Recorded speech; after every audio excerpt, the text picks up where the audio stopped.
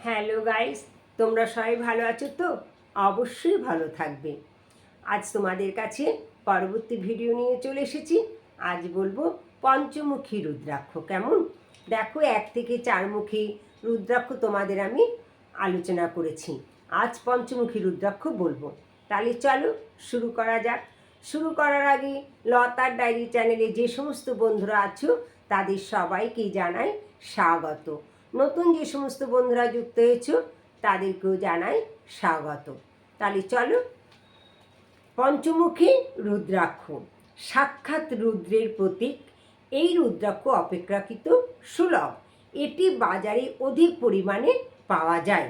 এটির বিশেষত্ব হলো এই যে, যেখানে অন্য রুদ্রাক্ষ কেবল একটি ধারণ করলেই কাজ হয়, সেখানে এটি অন্ততপক্ষে 3টি রুদ্রাক্ষ ধারণ করতে হবে। একটি বা দুটি একত্রে ধারণ করলে এর কার্যকারিতা বোঝা যাবে না। বুঝতে পারলে? মানে একটা বা দুটো যদি একসাথে যদি তোমরা ধারণ করো তাহলে তার কার্যকারিতা বোঝা যাবে না। এই রুদ্রাক্ষের দানা শান্তিদায়ক, পাপনাশক, গোহত্যা, ব্রহ্মহত্যার পাপ থেকে মুক্তিদায়ক, শ্রী ও সমৃদ্ধিদায়ক এবং আধ্যাত্মিক চেতনাবর্ধক। বুঝতে পারলে যে কতটা উপকারী পঞ্চমুখী রুদ্রাক্ষ?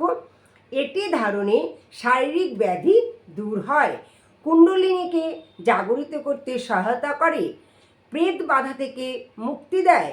এটি যে কোনো কার্যসিদ্ধির জন্য ধারণ করা যায়। বিশেষ দ্রষ্টব্য, পঞ্চমুখী রুদ্রাক্ষ কালাগ্নি রুদ্ররূপ। পঞ্চমুখী রুদ্রাক্ষটা কি? কালাগ্নি রুদ্ররূপ। এটি সকল মনোকামনা পূর্ণকারী এবং পাপ থেকে মুক্তি দেয়। এটি নিম্ন মন্ত্র উচ্চারণ করতে করতে ধারণ করতে হয়। মানে তোমাদের আমি আগেই বলেছি, যে কোনো রুদ্রাক্ষ ধারণ করতে গেলে প্রত্যেকটার আলাদা আলাদাভাবে মন্ত্র থাকে। কেমন? আর এখন পঞ্চমুখী রুদ্রাক্ষ তোমরা যখন ধারণ করবে তখন তারও একটা মন্ত্র আছে। কি মন্ত্র? মন্ত্রটা হলো ওং হ্রিং নমো। মন্ত্রটা কি? ওং হ্রিং নমো। এই মন্ত্র উচ্চারণ করে তোমাদের পঞ্চমুখী রুদ্রাক্ষটা ধারণ করতে হবে। তাহলে বুঝতে পারলে বন্ধুরা? তাহলে যদি আমার এই ভিডিও ভালো লাগে তাহলে তোমরা লাইক করবে, কমেন্ট করবে, শেয়ার করবে। আর লতার ডায়েরি চ্যানেলটা ভালো লাগে সাবস্ক্রাইব করো। আজ আসি, পরবর্তী ভিডিওতে আবার তোমাদের সাথে দেখা হবে। ভালো থাকবে, সুস্থ থাকবে, পরিবারকে ভালো রাখবে। কেমন? এভাবেই তোমরা আমার সাথে থেকো, তাতেই আমি খুশি। Tata, by.